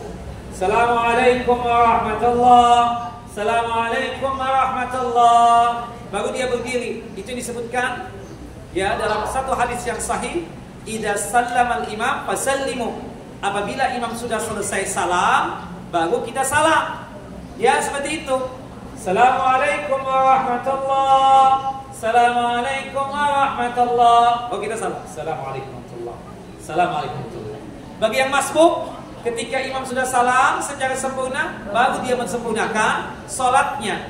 Memang benar, salam yang ke kanan itu hukumnya wajib, karena itu bagian daripada rukun salat. Yang kedua itu hukumnya sebatas sunnah, tapi sebagai adab dan etika, dikarenakan kita ikut dengan imam, maka kita selesaikan dulu imam melakukan perbuatan dari perbuatan-perbuatan sholat, baru kita tersebut ya melakukan sebagaimana yang dilakukan oleh imam tadi. Makanya kata Nabi kita Muhammad SAW di dalam hadis yang sahih, hadis dari Abu Hurairah dan dikuatkan di dalam hadis Anas bin Malik dan juga Ibunda Aisyah radhiyallahu anhu, innama ju'ilal imamu liyutamma bihi. Dijadikan imam itu untuk diikuti. Idza raka'a farka'u. Apabila imam telah ruku, baru kalian tersebut ruku. Wala tarka'u hatta yarka'a. Janganlah kalian tersebut ruku wahai para makmum sampai kita yang makmum ini sudah memastikan imam itu telah ruku. Wa idza sajada fasjudu. Apabila imam telah sujud, baru kalian sujud. Wala tasjudu hatta yasjuda.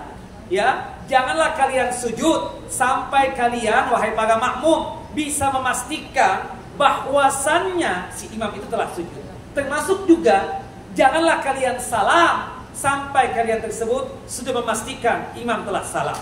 Termasuk kita yang masbuk. Imam sudah salam, baru kita berdiri untuk mensempurnakan apa? Salat kita. Jelas Bapak Ibu? Wallahu a'lam bishawab.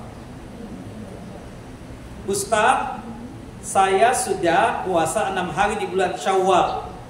Apakah saya juga puasa 3 hari setiap bulan, yaitu Ayyamul Bid? Bapak Ibu, kalau kita sudah puasa 6 hari di bulan Syawal, itu sudah mewakili puasa Ayyamul Bid kita. Jangan lebih, jangan berlebih-lebihan. Kata Syekh Muhammad bin Shalih Utsaimin dan juga Syekh Abdul Aziz bin Baz rahimahumallah, semoga Allah Jalla wa Ala memberikan rahmat dan kasih sayangnya buat beliau berdua. Kata beliau berdua, Syekh Abdul Aziz bin Baz dan juga Syekh Muhammad bin Shalih Utsaimin, jika kita sudah puasa 6 hari di bulan Syawal, itu sudah mewakili apa? Puasa 3 hari di bulan Syawal tersebut, yaitu Ayyamul Bid. Jelas ya?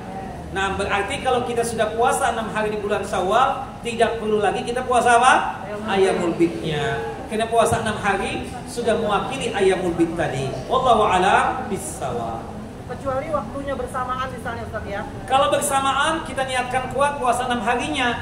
Karena puasa 6 hari itu kan puasa yang tahunan.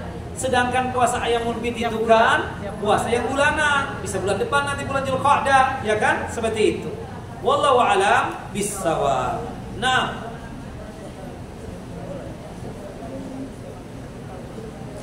Ustaz, anak perempuan mirip ibunya.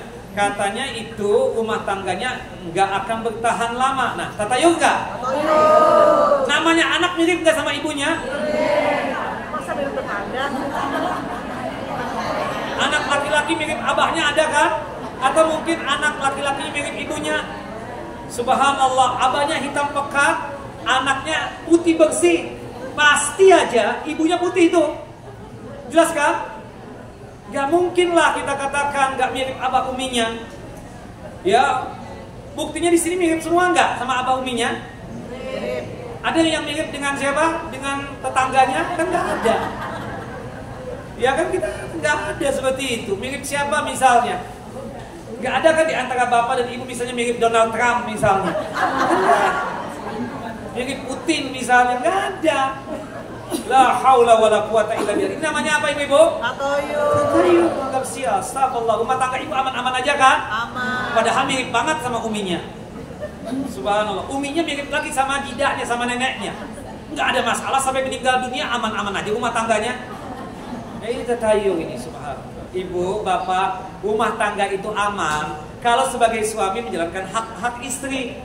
Rumah tangga itu aman, sakinah, mawaddah dan rahmah, jika istri menjalankan hak-hak suami. Ya saling menjalankan aja lah. Kan seperti itu. Wallahu a'lam bissawab. Ustaz, apakah benar kalau kita pukul anak perempuan kita, nanti kalau anak sudah nikah, anaknya akan dipukul-pukul oleh suaminya? KDRT. Ini apa lagi? Ibu ini MT Thohir apa bukan sih? Siapa yang nanya begini? La haula wala quwata illa billah. Ibu, bapak, kalau kita ini masih punya sifat tatayur, berarti kita nggak smart, kita nggak cerdas. Berarti dalam tanda kutip huruf B, berarti kan seperti itu. Nah, Allahu akbar, la haula wala quwata illa billah. Hati-hati ya. Subhanallah, kalau kita dianggap cerdas, lagi mulia, hilangkan tatayur dalam diri kita. Wallahu a'lam bissawab. Jelas ya? Ini lagi nih, la haula wala quwata illa billah. Tenang. Bapak Ibu yang dimuliakan oleh Allah Jalla wa Ala, apa benar wanita yang hidungnya hidung tomat pembawa hoki? Dan apakah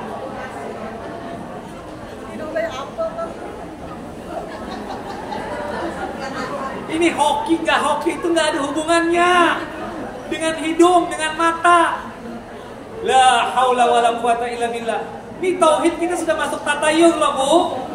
Masa nggak paham-paham syirik begitu? La ilaha illallah. Yang hidungnya ke dalam juga kita katakan alhamdulillah rezekinya bagus-bagus saja. Hidung tomat gimana sih hidung tomat?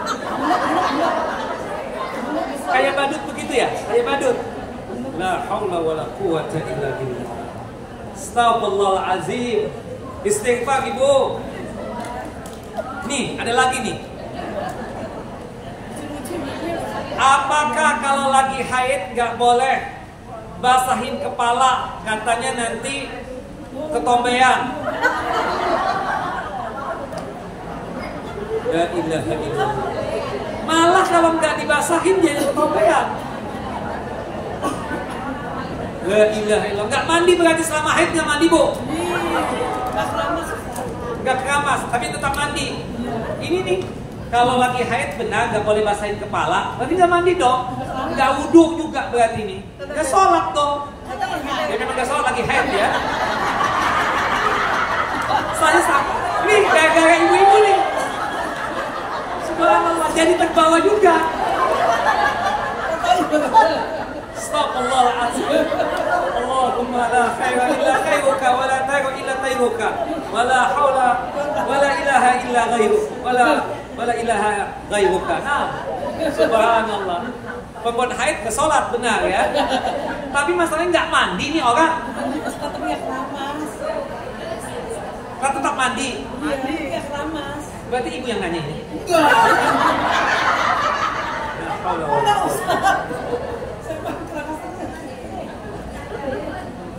La ilaha illallah Muhammadur Rasulullah.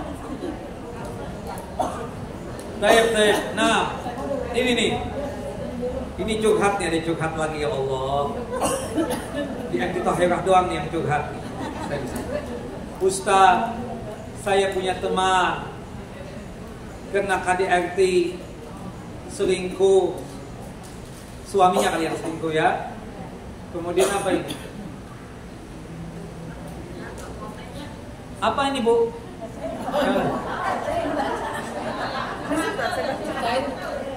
Akhirnya tertekan. Saya minta dia untuk bercerai dengan suaminya. Selepas cerai, mantannya tidak menafkahi anaknya yang kini sudah besar. Terus tertekan lagi kena PHK di tahun 2023 dan di tahun 2024. Dan di tahun 2023 PHK, tahun 2024 umroh. Menurutnya kok nasibnya masih kurang beruntung. Bukan biasanya sehabis umroh nasibnya jadi baik dan terkabul doa-doanya. Begini ya ibu-ibu, benar ada janji dari Rasulullah yang berdoa ketika umroh doanya mustajab. Tapi yang paling penting doa itu mustajab dikarenakan kita menjalankan syarat-syaratnya. Bukan begitu? Ikhlas nggak kita berdoa? Artinya kalau masih syirik jangan harap doanya akan diijabah dan dikabulkan oleh Allah Jalla wa Ala. Yang kedua, yakin nggak pada waktu berdoa? Kalau misalnya dia tersebut di dalam hatinya masih ada keraguan kepada Allah Jalla wa Ala, jangan harap doanya akan dikabulkan oleh Allah Jalla Jalaluh. Yang ketiga, permintaannya wajar nggak? Ini mintanya pingin muda lagi, yang minta nenek-nenek. Bagaimana caranya untuk muda lagi kan? Karena sunatullahnya, subhanallah seseorang itu akan menjalani takdirnya, ya, bayi, kanak-kanak, remaja, dewasa, tua, meninggal. Gak mungkin tua kemudian jadi bayi lagi, gak mungkin itu. Mintalah permintaan yang wajar. Kemudian yang ketiga, hindari yang haram, hindari maksiat. Jaga lisan, jaga anggota tubuh, jangan sampai jatuh ke dalam maksiat, terutama berkaitan dengan maisha, mata pencarian. Jangan-jangan mata pencariannya haram, sehingga doanya tersebut tidak dikabulkan oleh Allah Jalla wa'ala. Seperti misalnya, maaf, ada pertanyaan, Ustaz, saya berdoa kok di Raudhah, tapi sampai hari ini nggak diijabah. Ibu, nggak ada jaminan doa di Raudhah itu mustajab.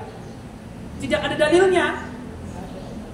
Rasulullah kan cuma mengatakan ma baina baiti wa mimbari raudhatun min riyadil jannah. Di antara rumahku dan mimbarku ada taman dari taman-taman surga. Maksudnya kata para ulama ada dua. Itu tempat nanti berada di surga. Satu. Yang kedua, dengan sebab kita beramal beribadah di tempat tersebut, Allah Jalla wa Ala menganugerahkan jannah dan surga untuk kita. Makanya dianjurkan untuk memperbanyak sholat di situ. Sholat-sholat sunnah yang ada kaitannya. Atau kebetulan datangnya waktu sholat wajib, sholat di situ. Tapi kalau sholat di situ membuat kita nggak khusyuk, maka lebih bagus di tempat yang lain dari bagian Masjid Nabawi.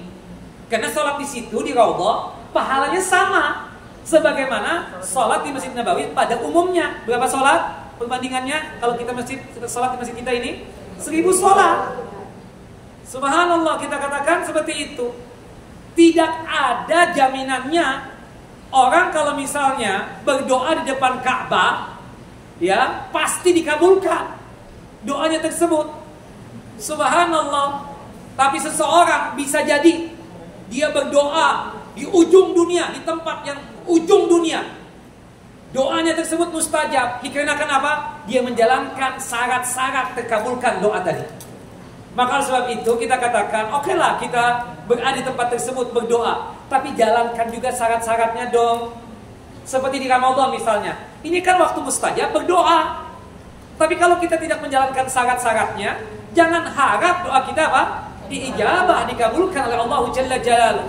Ternyata kita perhatikan nih, orang masih suka syirik, tatayunya banyak banget. Tadi tuh pertanyaan sampai 11 isinya tatayur keyakinan dia yang salah tadi itu. Gimana Allah akan mengijabah doanya? Bagaimana mungkin Allah Jalla wa'ala akan mengabulkan doanya? Mustahil. Atau permintaannya nggak wajar. Atau jangan-jangan suka maksiat, masih suka kerok alis, potong bulu mata, sulam bibir, sulam alis, ya. Subhanallah, alis bagus-bagus ditato lagi. Ini kan subhanallah, ini kan alis sama dikerok dulu, kemudian dibentuk lagi sama seperti itu. Apaan bu begitu? La haula wala quwata illa billah. Nah, jelas ya. Subhanallah, lisan juga nggak terjaga. Doa-doa habis doa selesai. Subhanallah, di raudhah nih, tuh orang kejam banget tuh ya. Gibahin orang di dalam raudhah, di depan Ka'bah lagi. Ya Allah, tuh orang kulitnya begitu banget sih. Astagfirullahalazim. Iya kan? Barusan berdoa, setelah itu maksiat. Gimana ceritanya? Doa dia akan diijabah dan akan dikabulkan oleh Allahu Jalla wa'ala. Jelas ibu-ibu? Jadi terus berdoa, terus memohon, meminta kepada Allah. Jangan putus asa. Sudahlah, kita tawakalkan urusan kita kepada Allah Jalla Jalaluh. Nah, di dalam doa tersebut kata Ali bin Abi Thalib radhiyallahu anhu, ya. Subhanallah, kata Ali bin Abi Thalib. Kata Ali bin Abi Thalib, aku berdoa satu kali. Doaku, aku merasa diijabah, dikabulkan oleh Allah Jalla wa'ala. Aku senang, aku bahagia. Kemudian aku berdoa untuk permintaan yang kedua kalinya. Permintaan yang kedua kali ini, aku berdoa memohon lebih 3 kali. Aku merasa sepertinya doa ini tidak diijabah, tidak dikabulkan oleh Allah Jalla wa'ala. Kata Ali bin Abi Thalib, aku tambah senang, aku tambah bahagia. Besti-bestinya, soulmate-soulmate-nya merasa heran. Li, yang benar aja, ya Ali bin Abi Thalib. Gimana ceritanya doa tidak diijabah, tidak dikabulkan? Kok antum merasa bahagia? Kok merasa senang? Kata Ali bin Abi Thalib radhiyallahu anhu, aku senang dan aku bahagia. Kenapa? Ternyata permintaanku tersebut, ya, permintaan yang tidak baik buat diri. Ingat gak tante? Tante kan mintanya bukan yang suami yang sekarang ini kan, tapi teman tante dulu, yang satu kuliah itu, yang handsome gitu, tinggi semampe, kulit putih bersih, masya Allah. Tapi ternyata kan cinta tante ditolak mentah-mentah oleh dia. Subhanallah, subhanallah. Tapi kena cinta yang pertama ya, subhanallah, ya, hubul kamil, cinta yang terus terdalam di dalam hati ini. Tante menyelidiki dia, di mana dia sekarang berada posisinya. Subhanallah, dicari. Pas kajian, subhanallah, ya, dia berada di depan Masjid Fatahillah ini. Lagi jualan peci. Ya Allah, dia bersyukur kepada Allah, langsung sujud syukur. Subhanallah. Ya, kalau sekiranya ya kita katakan subhanallah, sekarang tubuhnya tidak elektris lagi, sekarang sudah mulai agak stroke sedikit. Subhanallah. Ya, wajahnya tidak seganteng dulu dan seterusnya. Yang sekarang, alhamdulillah, yang dapat sekarang meskipun kulitnya agak kelabu sedikit, tapi tetap istimewa. Tetap kegantengannya itu kelihatan. Sayang kepada tante. Subhanallah. Kita ambil hikmahnya saja. Jelas ya kan? Alhamdulillah. Yang ini masya Allah tajir, ya, tajir melintir lagi kan seperti itu. Masya Allah. Allahu Akbar. Ya, kita ambil apa? Hikmahnya saja. Jadi bisa jadi doa kita tersebut tidak diijabah, tidak dikabulkan. Itu nggak baik buat kita ternyata doa tersebut. Subhanallah, ya kan? Wallahu a'lam bissawab. Begitu kira-kira ibu-ibu. Baik, cukup ya? Barakallahu fikum. Semoga Bapak dan Ibu selalu lindungan Allah Jalla wa ala. Sehat walafiat. Dimudahkan dalam masalah rezeki dan nikmat. Dipanjangkan umur di dalam ketaatan kepada Allah Jalla wa ala. Terhindar dari musibah dan malapetaka. Dan dijauhkan dari kesusahan dan kesulitan. Amin ya rabbal alamin. Wassallallahu nabiyana Muhammad wa ala ali Muhammad kama shallaita ala Ibrahim wa ala ali Ibrahim innaka Hamidum Majid. Allahumma barik ala Muhammad wa ala ali Muhammad kama barakta ala Ibrahim wa ala ali Ibrahim innaka Hamidum Majid. Kita tutup kajian kita dengan masing-masing kita baca doa kafaratul majlis. Subhanakallahumma wa bihamdika asyhadu an la ilaha illa anta astaghfiruka wa atubu ilaik. Assalamualaikum warahmatullahi wabarakatuh.